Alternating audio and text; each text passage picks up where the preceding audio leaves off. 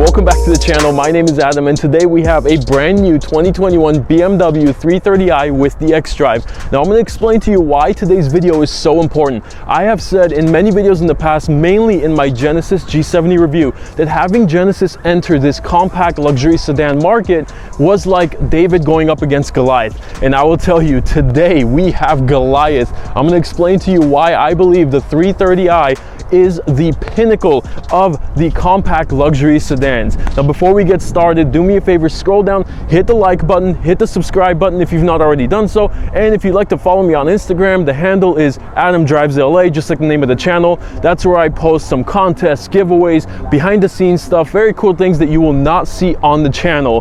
Now without any further ado, let's jump in and I will show you why this is as good as it gets.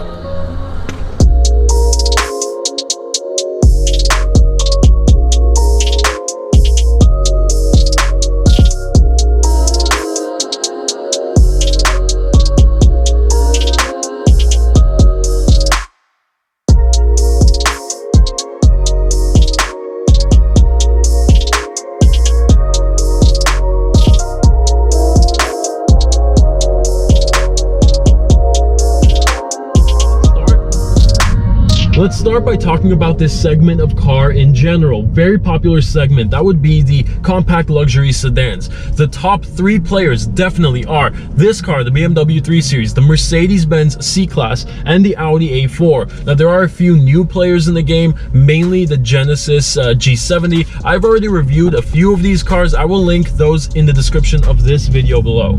All the cars in this segment have a roughly $40,000 base MSRP. This car has a $41,000 base MSRP. The one we are currently in is very nicely loaded and it has a total MSRP of $47,000. That includes the destination charge. And this car, like I said, very well equipped. It has the xDrive. For example, if you don't need the xDrive, the all-wheel drive system by BMW, get rid of it. That's a $2,000 option. If you're not going to use it, save money where you can. But even at $47,000, I will show you why I think this is the best car in this segment. The engine in this car is the base engine. It's a 2.0 turbo 4-cylinder that makes about 255 horsepower, 295 pound-feet of torque. And let's feel it for a second here. You see, that torque really makes a difference. Having that almost 300 torque really pushes and elevates the feeling of the base engine. It really feels athletic. I know the handling, everything. I mean, it doesn't feel like you're in a base trim car, even though the engine is the base engine.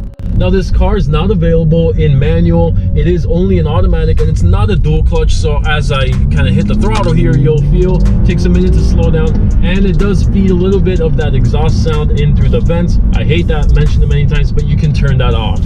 Now the drive, of course, BMWs are always called the ultimate driving machine, and generally up against their class of cars, they usually do feel the best to drive, the most engaging. This car, of course, this thick steering wheel, which we will talk about once we discuss the interior, it really helps. The handling is great.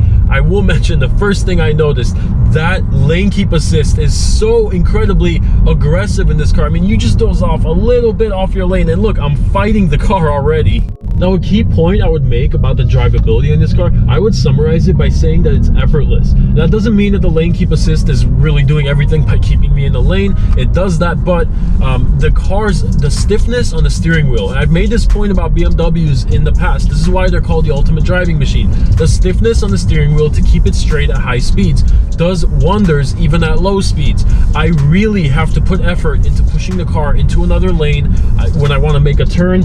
I mean, it doesn't feel like there's no power steering. That's an awful feeling. It's not like that. Don't think it's that stiff, but it doesn't really hit a bump and just start whirling around the lane. It really needs your command to tell it, I want to make this lane change, I want to take this turn, before it can do it. You really are truly in control. A lot of these cars are just a loose steering wheel, kills the excitement, the enjoyment. It really takes away from the engagement of feeling like you're part of the car. This car does not have that problem. It really is just an effortless drive. I usually start with the interior on cars like this, but let me make a few points about the exterior and then we'll jump inside.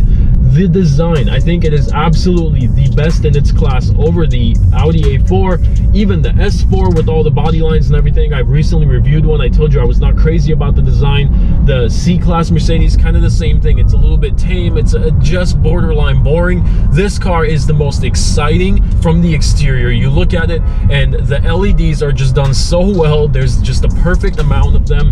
Every angle on this car looks great. When it first came out, people thought the rear was a little bit boring, but really the more time I'm spending around it, the main thing I love about this car's design is the sculpting. This is a white color. It is tough to even see a lot of the sculpting because they don't catch a lot of reflections. But if you look at the body lines down the side, the crease in the rear 3/4, I mean, every panel is just done so well. I remember when I was in school for car design, we were doing clay models, and this is what we dreamed of, getting these sharp, crisp lines. They were so hard to achieve. BMW has been doing it for a long time. Chris Bangle, their head of design many years ago, started this trend, and it really put BMW up above the rest and onto a new level. In the rear, it has real exhaust. It doesn't really have any fake vents. The front opens up. I mean, Audi needs to take a lesson from this. Even this little one in the front. Yes, there's some pieces painted black, but it is a real vent. It opens up to the wheels. The rear, there's a tiny little kind of accent trim. That's the only thing that doesn't seem like a real opening on this car. The exhaust is real. As I said, they don't just throw black panels everywhere to make it look lower or look more aggressive. They really took the time to design this thing and make it look appropriate for its class. Let's jump into the interior, and the first thing I'll talk about is the steering wheel. BMW always does this right, and even Mercedes do it way better. Both of them do it better than Audi. Audi has that very thin, flimsy steering wheel that goes all the way into the R8. Not good. When you have that lane keep assist fighting me the whole time, I really need both hands on the wheel, nicely bolstered. This has that thick steering wheel. Mercedes has that also. This has the heated steering wheel down here. The gauges look great just in front of it. I have a couple of problems with, you know, this fully digital gauge. I don't know why they kept this little metal trim around it when the car is off. It's kind of odd. The paddle shifters feel very nice, very close, hugging the steering wheel. They have this coating in the back. Other than that, there's not a lot of options, not a lot of things to do on the steering wheel. You just control a little bit of the infotainment. Speaking of the infotainment, let's jump right into it. I don't like to get too technical about all the settings and every feature in here, but I will tell you, it's a very, very good, extremely responsive infotainment, lightning fast. It's probably not on the level of Mercedes. It's just below it as one of the top ones in the class. Now, everything around the infotainment, I will tell you, this car, the main thing is quality. You'll notice there's not a ton of piano black like there is in all the Audis. It looks great when it's completely clean, but even here on the monitor, you can still see fingerprints. Good thing there isn't much of that. Look at the trim on this, the wood, the metal. I mean, everything feels so quality when you touch it. Nothing in this car feels cheap. The material on the doors, the handle, everything looks good. This trim especially is very nice. It's a little bit more mature. It's not a very young person's trim, but it's very nice. The ambient lighting is so crisp and sharp. I don't know how they do it better than anybody else, but they did a great job on it. It even goes around and lights up the doors, even in the back. And when your door is open, you can't really see it because it's a really sunny day out, but they blink red to let cars coming from behind know that there is a door open. That is a really cool feature. Again, the ambient lighting is so nicely done in this car. Let's jump into the rear seats for a minute. I had the front seat pushed all the way back. That's where I would be comfortable, where I'd be driving, and I sat back there. Still plenty of legroom, plenty of headroom, nothing to complain about. The door, again, has that beautiful wood trim, the metal, the ambient lighting. That also blinks when you have it open. I love that feature. There's not a ton to talk about back there. One thing that's, I wouldn't call it a letdown, but just not as impressive as the rest of the car is the seats all around. The color, the movement, everything's nice. The design of it, the feeling, they're not as soft and kind of huggy as I would like, but again, that almost is probably a compliment to the rest of the car, that my expectation and just the theme in here is so high quality that the seats just maybe don't meet that level, that bar that was set by BMW. The interior in this car really goes to show that Audi's approach of having the giant dual monitors, the piano black everywhere. That really I mean, it's impressive. You sit inside and all the lights and the tech just hit you. BMW shows that's not the only way to do an impressive interior. They pretty much are saying, look, beyond the tech, what's the substance? Is there really design and thought put into it? This really does have that. The angling of this dash to the driver, the way they've played with the colors and the material, this darker against the light, the contrast, the light show that happens with the ambient lighting, the integration of the screen into the rest of the panel up here. Down here, you have your wood door. You open it up. Inside, you've got 2 cup holders. You have a waterproof USB because, of course, coffee, water can spill in there. So they made sure that's waterproof.